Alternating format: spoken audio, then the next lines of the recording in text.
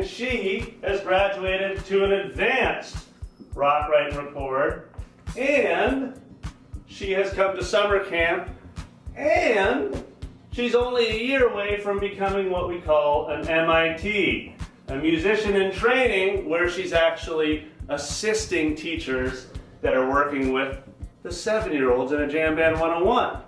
So now she's at BMF 1, 2, 3, sometimes 4 times a week, taking her voice lessons, playing piano, and you know what?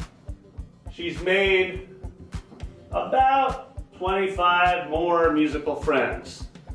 BMF, the Brooklyn Music Factory, becomes this safe place where she loves to hang out and see the people she knows. Most importantly, she hasn't really talked about practicing much at all.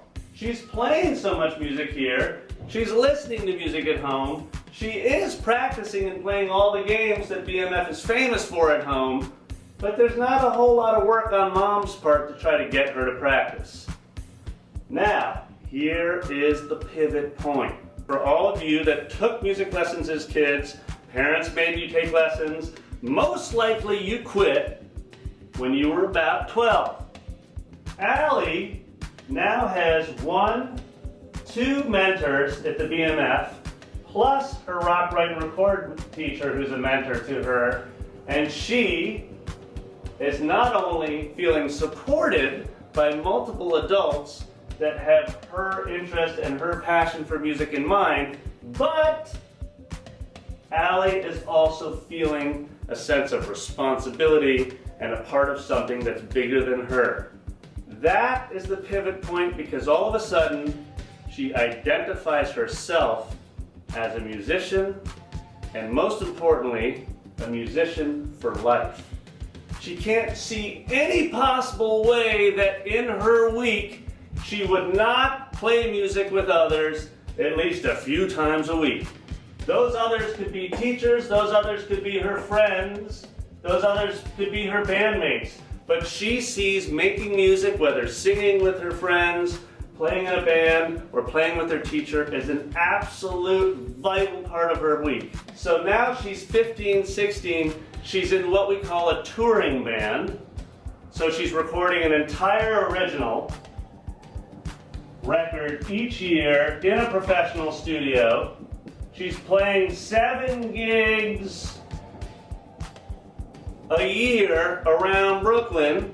She has got voice lessons, piano lessons. She's starting to learn how to play guitar a little bit on the side from her friends. She's in what we call our music mentor program, which means she's now actually going to the little kids' houses 1 day a week to help them through their practice routine and learn how to build practicing so that they can someday be just like her, making music multiple times a week. Allie has had an entirely different musical journey than Ed. The journey of a musician is straightforward. Connect them early with other musicians, treat music like a language that's meant to be communicated often with others, and have the instrument or instruments be the vehicle of expression, not the goal. You keep it social, you keep it emotional, you keep it expressive, and you're going to play for the rest of your life. Otherwise, you might be like Ed and think you just didn't have any musical talent, and so you quit.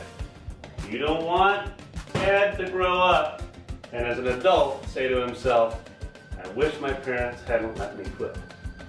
I sure do wish I played piano now. That's the musical journey of Allie and Ed. Email me anytime, nate@brooklynmusicfactory.com if you got questions, and find me at BMF most days of the week. Bam.